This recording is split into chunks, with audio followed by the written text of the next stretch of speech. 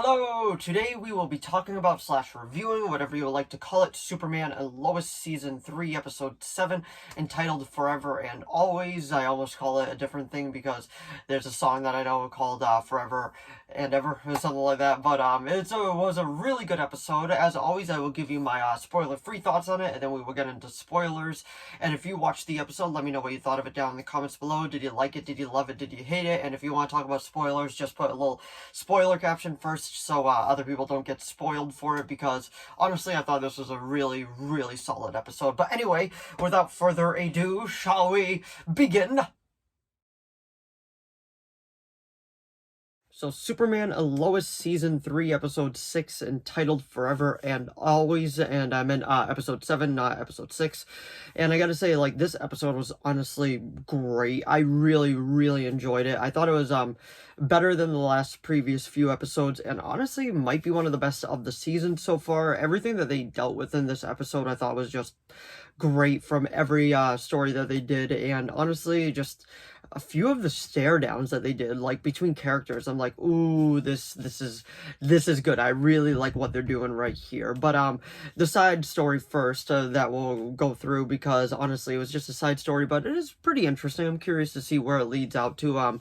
Pretty much John Henry Irons, his daughter, likes this boy, and he wants to have her, have him over for dinner and all that, and he's like, all right, and then he ends up being the hard dad, and things go awry and all that, and honestly, like, that was a side story, but it was still interesting, because it does tie into the, bigger story later on, so I'm like, ooh, I like that, that is cool.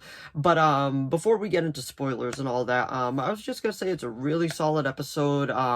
Lois goes a bit further with, like, just the cancer treatments and all that. She does get a bit more sick, and the way that the kids deal with it too is really just like, everything is like understandable with how people are reacting to it, and I really, really enjoy that. Like, it's very realistic with how you can feel about it. Like, there are moments in this where you're like, I can't blame you for dealing that way, because grief will make you do crazy things, and honestly, I get it.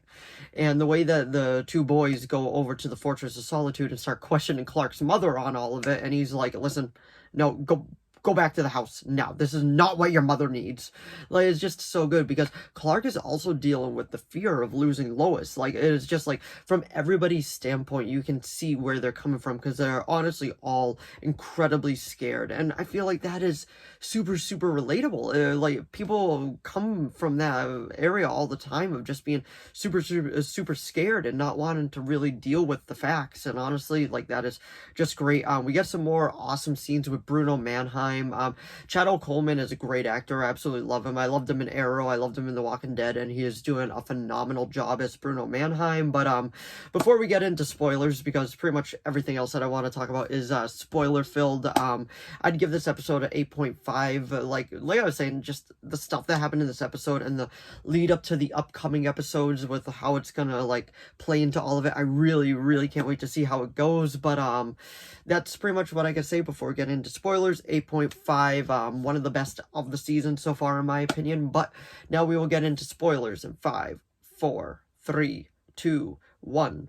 Spoiler time. So the spoiler stuff that I wanted to talk about within this episode was pretty much, we realized that well, I'll actually save that for the end. So, because it does happen at the end of the episode, what pretty much happens is, Lois ends up questioning her friend that, she met a few episodes ago, that's also doing cancer treatments and all that. Pretty much, she ends up questioning her a bit too much, and she's like, listen, I need a break. And then Clark decides to, because she thinks that somehow she's related to Bruno Mannheim, but we know from the last episode, she's actually onomatopoeia, and she knows that Lois might be getting a bit too close to this, and she's like, honestly, it wasn't supposed to go this way. I was just supposed to, like, not even befriend you. I was just supposed to get close to you.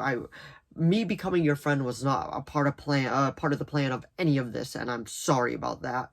And honestly, like, that's just, it was so good, like, just to see these tensions rising. I'm like, ooh, okay, things are getting really good now. Like, the story is really, like, spiraling into, like, the main story arcs and all that. And Clark ends up questioning or interviewing, whatever you like to call it, Bruno Mannheim, and Bruno Mannheim is like, Yeah, there is somebody sick too. And honestly, if I was like, wouldn't you do anything? Wouldn't you move heaven and earth to save the woman that you love? I know you would, because Lois is like having treatment here as well. And like that is just so good. Like a relatable villain like that, one that's like, yeah, like for the person you love, what wouldn't you move to make sure you actually get there? Like it is just so good, and honestly, it's just so well written. I absolutely just love the show when it's doing stuff like this. And then at the very end, we realize the one that Nat is dating now, he ends up going back home, because they did say he drives back and forth from Metropolis every day to visit her and all that. And then we find out later on that dun dun dun dun, it is actually Bruno Mannheim's like son and all that. I'm like, ooh, okay, this is gonna be interesting where we're going with all of that. And Lois is still sick, and she's getting a bit more sick, as you could like see as the episode is progressing. But I honestly, I don't think the cancer is gonna win this season. I do think that Lois is gonna win. If they go the other route, I would honestly be very surprised. But I gotta say, this was an incredibly solid episode. If you watched it, let me know what you thought of it down in the comments below. But this season like has had some really good bangers for episodes, and I can't wait to see when Lex comes into it as well, because that's when it's going to get really interesting. But anyway, that was my review of Superman and Lois Season 3, Episode 7, entitled Forever and Always.